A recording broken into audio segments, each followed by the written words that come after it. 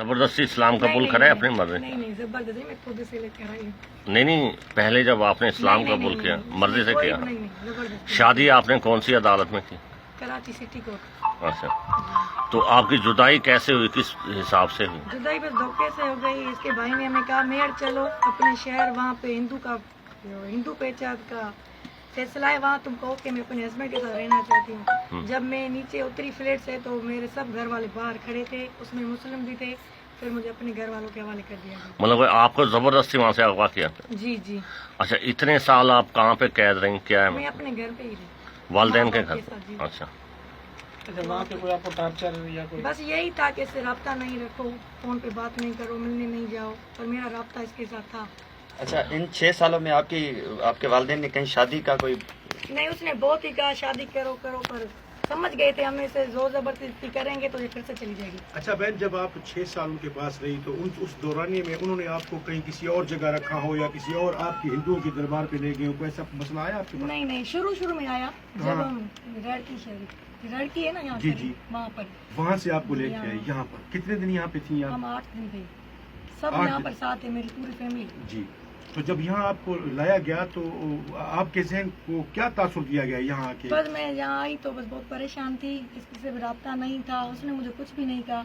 بس تو میں سے دن گزر گئے تو چلے گئے واپس. پھر سے سب نے وہاں پر بلایا، اس سے ایگریمنٹ بھی لکھوائی کہ اب تم رابطہ رکھو گے. زبردستی اس کے جو ہمارے جو سے کاغذ تھے وہ بھی وکیل میئر کا اس نے جلا دیے.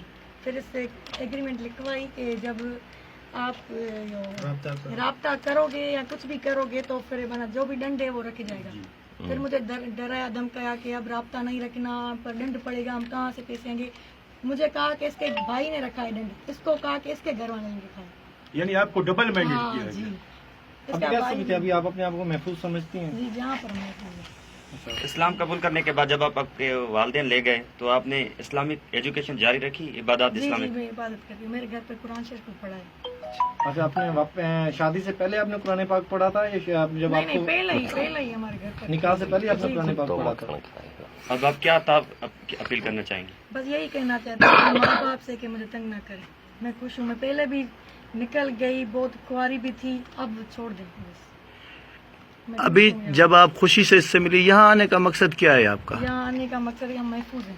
اچھا، وہاں محفوظ نہیں تھے آپ؟ نہیں، وہاں کہاں پر بھی نہیں محفوظ. اچھا، آپ کی زندگیوں کو خطرہ تھا کہ کیا وہاں پہ؟ ہاں خطرہ تھا نا، دونوں طرف سے، اس کے گھر والوں سے بھی، مجھے بھی، اپنے سے بھی. اچھا، یہ بچی کہاں پیدا ہوئی ہے آپ یہ کی؟ میرے گھر پر ہے. آپ کے والدین کے گھر والدین پہ؟ کے گھر. والدین کے اچھا، کتنا عرصہ آپ جب نکاح کیا تو اس کے بعد اس کے ساتھ کتنا عرصہ آپ نے اس کے ساتھ گزارا تھا؟ 1 ہفتہ وہاں پر کراچی میں. جب نہیں، جب نکاح کے بعد 1 ہفتہ ہم ساتھ تھے. اچھا، تو بچی وچی سارا کچھ وہاں پہ ہوا ہے آپ کا؟ ہاں وہاں پر. بہن، آپ نے بولا کہ آپ نے قرآن پاک کا بھی مطالعہ کیا ہوا ہے، تو کوئی آپ آیت سنائیں گے؟ جی بتائیں. بسم اللہ الرحمن الرحیم. قل هو الله احد الله الصمد لم یلد ولم یولد ولم یکن له کفوا احد. کلمہ آتا ہے؟ جی لا الہ الا اللہ محمد رسول اللہ صلی اللہ علیہ درود پاک وسلم. پڑھیں. بسم اللہ الرحمن الرحیم. اللہم صلی علی محمد وعلی آل محمد کما صلیت علی ابراہیم وعلی آل ابراہیم انک حمید مجید. اللہم بارک علی محمد وعلی آل محمد کما بارک علی ابراہیم وعلی آل ابراہیم انک حمید مجید. سورہ بقرہ. بسم اللہ الرحمن الرحیم. الف لام میم ذالک الکتاب لا ریب فیہ ھدی للمتقین. سورہ فاتحہ. قاضی بھائی سوال آسان آتا کرو، موٹ سے جو سوال چونے پہ ہے کرو دوست صاحب جج جو چاہتا ہے اتنا سوال کرو. نہیں قاضی صاحب، وہ خود اپنا صورتوں کے حوالے سے قرآن پاک کے حوالے ان کا شوہر جو ہے وہ خود کہہ رہا ہے اپنی مسز کو کہ آپ پڑھ کر سنائیں. آپ جب مسلمان ہوئی، آپ اس سے جدا ہوئی، آپ کو علیحدہ رکھا گیا، اس دوران تقریباً 6 سال کا عرصہ تھوڑا عرصہ نہیں ہوتا. کبھی آپ کو دل میں محسوس ہوا کہ مسلمان کا جو ہے میں چھوڑ دوں اور میں سارے پرانے مذہب پہ آ جاؤں؟ کبھی آپ کو یہ سوچا یا کبھی آپ کو کسی نے پریشر ڈالا یا کبھی آپ کے دل میں خیال آیا؟ پریشر گھر والوں نے ڈالا کہ شادی کرو، میں نے نہیں کی، پر اس نے زیادہ نہیں ڈالا کہ ڈر رہے تھے ہم پریشر ڈالیں گے تو پھر سے چلی جائے گی. آپ نے تہیہ کر لیا تھا ایک نہ ایک دن ضرور ملو گے آپ اس سے؟ ملیں گے، بس جب اللہ نے موقع دیا پھر چلے آئے. اچھا، تو ابھی بھی آپ نے اس کو ڈھونڈا یا اس نے آپ کو میں نے ڈھونڈا؟ آپ نے بھرچونڈی شریف کا نام آپ نے سنا یا؟